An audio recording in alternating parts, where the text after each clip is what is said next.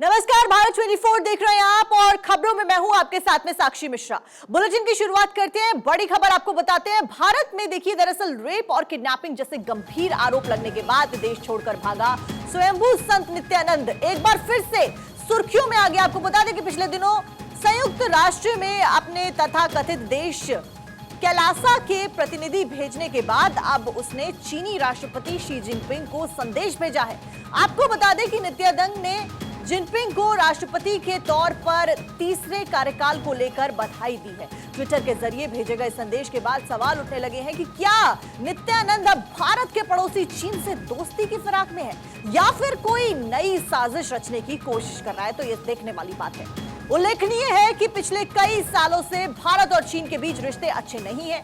दोनों देशों के बीच सीमा विवाद को लेकर कई बार हिंसक झड़प तक हो चुकी है। माइक्रो ब्लॉगिंग साइट ट्विटर पर यूनाइटेड स्टेट्स ऑफ कैलासा के आधिकारिक अकाउंट से मैसेज किया गया। आपको बता दें कि मैसेज में लिखा गया कि संयुक्त राज्य कैलासा और हिंदू धर्म के सर्वोच्च धर्माध्यक्ष नित्यानंद की ओर से हम शी जिनपिंग को पीपुल्स रिपब्लिक ऑफ चाइना के राष्ट्रपति के रूप में फिर से चुने जाने पर हार्दिक बधाई देते हैं। ये ट्वीट में लिखा गया।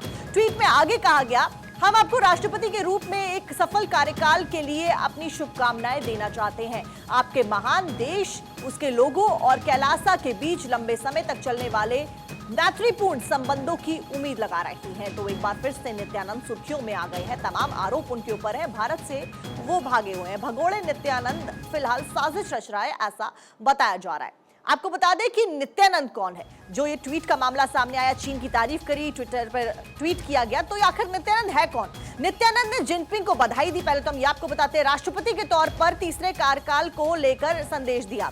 नित्यानंद पर महिला श्रद्धालु से रेप का आरोप है और इसके साथ तमाम आरोप उनके ऊपर लगे। महिला श्रद्धालु ने 2010 में रेप करने का आरोप नित्यानंद के ऊपर लगाया था। कुछ दिन गिरफ्तारी के बाद जमानत पर नित्यानंद को रिहा कर दिया। 2018 आया, 2018 में केस की चार्जशीट दाखिल की गई। उसके बाद 2019 में भारत छोड़ा और पहले एक और एफआईआर, मतलब वो भारत से भाग गया। फिलहाल वो भगोड़ा। एफआईआर में बच्चों के अपहरण का भी नित्यानंद के ऊपर आरोप है, यानी कि रेप के साथ साथ अपहरण, किडनैपिंग जैसे आरोप है। किडनैप्ड बच्चों को गुजरात के आश्रम में कैद करने का भी आरोप नित्यानंद के ऊपर है। साथ ही भारत में नित्यानंद पर कई आपराधिक मामले दर्ज है। 2019 में इक्वाडोर से सटे एक द्वीप को कैलासा देश उसने घोषित किया और फिलहाल वो उसमें रह रहा है, ऐसा बताया जाता है। तो तमाम आरोप नित्यानंद के ऊपर है। फिलहाल वो भगोड़ा है और इन आरोपों के बीच में अपने आइलैंड जिस पर वो रहता है वहां से ऑफिशियल ट्वीट करता है और चाइना, जो कि भारत का दुश्मन है, उसकी तारीफ करता है। आपको बता दें कि यूएन में नित्यानंद की घुसपैठ,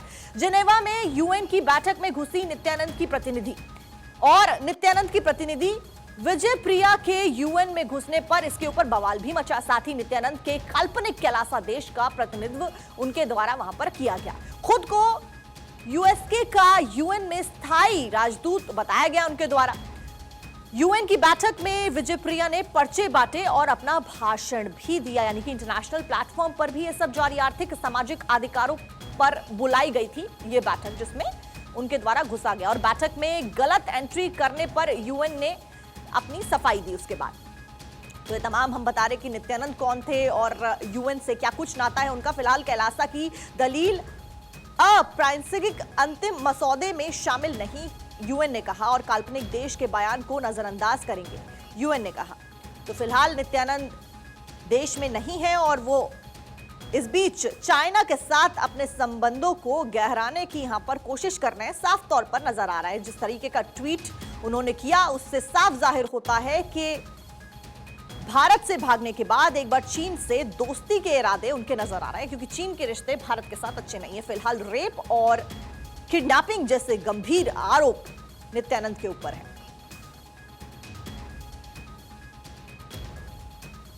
सवाल यही कि क्या षड्यंत्र रचा जा रहा है नित्यानंद द्वारा।